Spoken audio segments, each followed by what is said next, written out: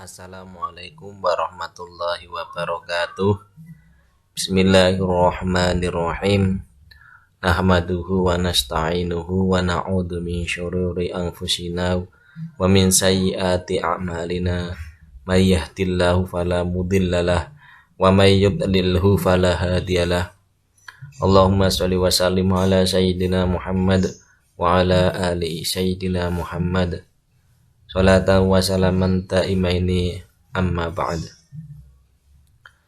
Puja dan puji syukur kita haturkan kehadirat Allah Subhanahu wa taala, yang mana pada kesempatan kali ini kita masih diberikan beribu-ribu kenikmatan, diberikan taufik, hidayah dan inayah dari Allah Subhanahu wa taala, termasuk nikmat sehat wal afiat, sehingga kita mampu meneruskan materi pembelajaran pada kesempatan hari ini.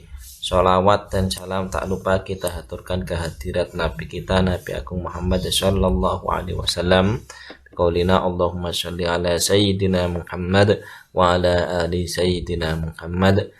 Semoga dengan senantiasa melantunkan sholawat dan tidak lupa berusaha sekuat tenaga menjalankan segala yang diperintahkan, menjauhi segala yang dilarang, dan berusaha mengikuti sunnah-sunnahnya.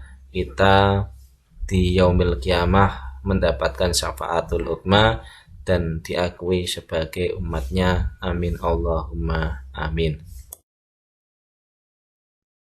Pada pertemuan kali hari ini kita sampai pada bab 9 yang berjudul mengelola wakaf dengan penuh amanah.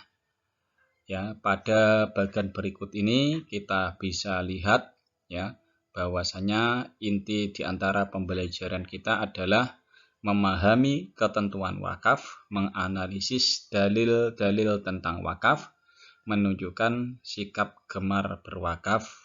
Ya, pada bahasan kali ini kita akan membahas memahami ketentuan wakaf. Dalam hal ini ketentuan secara syariat Islam, apa itu wakaf dan bagaimana cara berwakaf sesuai dengan tuntunan syariat Islam. Pengertian wakaf. Wakaf secara bahasa berasal dari bahasa Arab, yaitu wakofa, yang artinya menahan atau sama halnya semakna dengan al-habs, dan bisa juga diartikan mencegah atau semakna dengan al-man'u. Maksudnya adalah menahan untuk tidak dijual, tidak dihadiahkan atau diwariskan. Sedangkan wakaf menurut istilah syar'i adalah suatu ungkapan yang mengandung penahanan harta miliknya kepada orang lain atau lembaga dengan cara menyerahkan suatu benda yang kekal zatnya untuk diambil manfaatnya oleh masyarakat. Contoh adalah seorang yang mewakafkan tanahnya untuk lahan pemakaman umum. Maka tanah yang sudah diwakafkan tersebut tidak boleh ditarik kembali, dijual, diwariskan, atau dihadiahkan kepada orang lain. Rukun wakaf. Rukun wakaf ada 4, yaitu adalah al-wakif atau orang yang berwakaf. Kemudian al-mauquf, benda yang diwakafkan. Kemudian orang yang menerima manfaat wakaf disebut al-mauquf alaih. Dan keempat adalah sigot atau dikenal dengan ikrar wakaf. Al-wakif atau orang yang mewakafkan harus memiliki kriteria, diantaranya memiliki secara penuh harta itu Artinya dia merdeka untuk mewakafkan harta itu kepada siapa yang ia kehendaki. Selanjutnya, yang berwakaf harus orangnya berakal, tidak sah wakaf orang bodoh, orang gila, atau orang yang sedang mabuk. Jadi ketika ada orang-orang yang tidak berakal tersebut mewakafkan suatu barang, maka wakafnya tidak sah. Kemudian syarat yang ketiga, al-wakif harus balik. Balik artinya ya sudah mencapai usia balik, yaitu ketika laki-laki berusia 15 tahun maksimal dan ketika perempuan minimal sudah berusia 9 tahun. Yang selanjutnya, mampu bertindak secara hukum atau rasyid, cerdas, atau mampu bertindak secara hukum. Implikasinya orang bodoh, orang yang sedang bangkrut atau muflis, dan orang lemah ingatan tidak sah mewakafkan hartanya. Selanjutnya, al-mauquf atau benda yang diwakafkan. Syaratnya adalah barang yang diwakafkan itu harus barang yang berharga. Kemudian, harta yang diwakafkan itu harus diketahui kadarnya. Jadi, apabila harta itu tidak diketahui jumlahnya, pengalihan milik pada ketika itu tidak sah. Kemudian yang selanjutnya syarat al-mauquf adalah harta yang diwakafkan itu pasti dimiliki oleh orang yang berwakaf atau wakif. Yang keempat, harta itu harus berdiri sendiri, tidak melekat kepada harta lain atau disebut juga dengan istilah ghairu sa'i.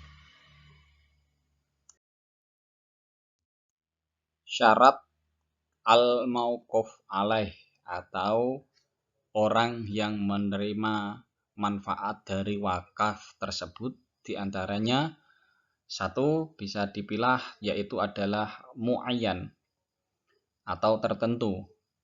Yang dimaksud di sini adalah jelas orang yang menerima wakaf itu. Apakah seorang, dua orang, atau satu kumpulan yang semuanya tertentu dan tidak boleh diubah. Persyaratan bagi yang menerima wakaf tertentu ini bahwa ia adalah orang yang boleh untuk memiliki harta.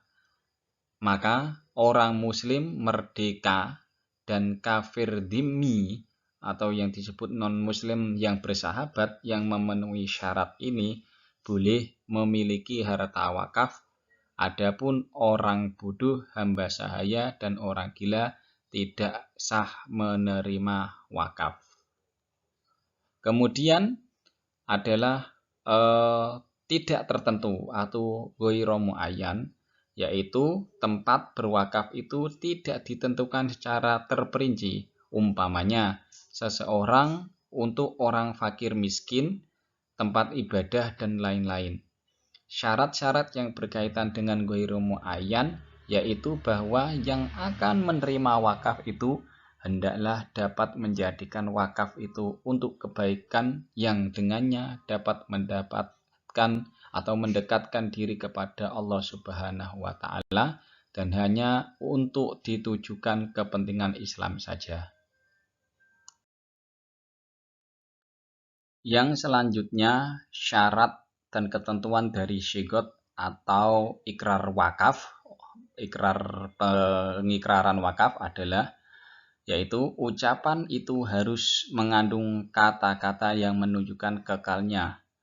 Ta'bid, tidak sah wakaf kalau ucapan dengan batas waktu tertentu.